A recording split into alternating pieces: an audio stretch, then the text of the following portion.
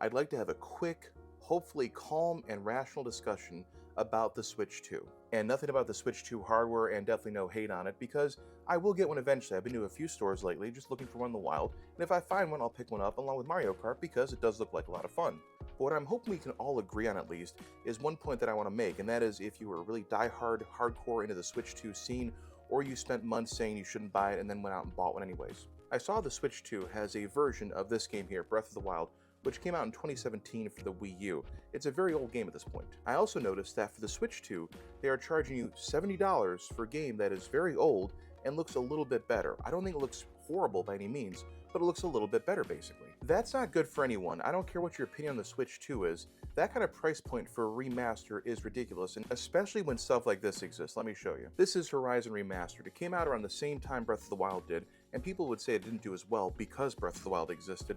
Either way, I paid about $30 for this remastered version.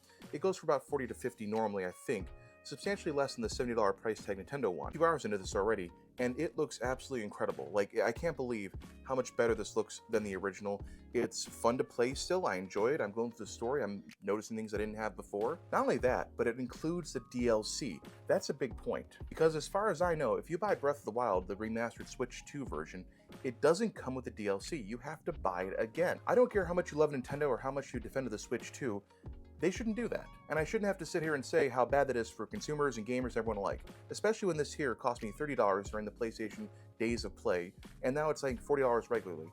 And you get the DLC. Even $40 for this Capcom Fighting Collection 2 is great. It has a ton of games on it, they're all preserved, they have a whole bunch of different modes and extras thrown in. This is a great value for your money.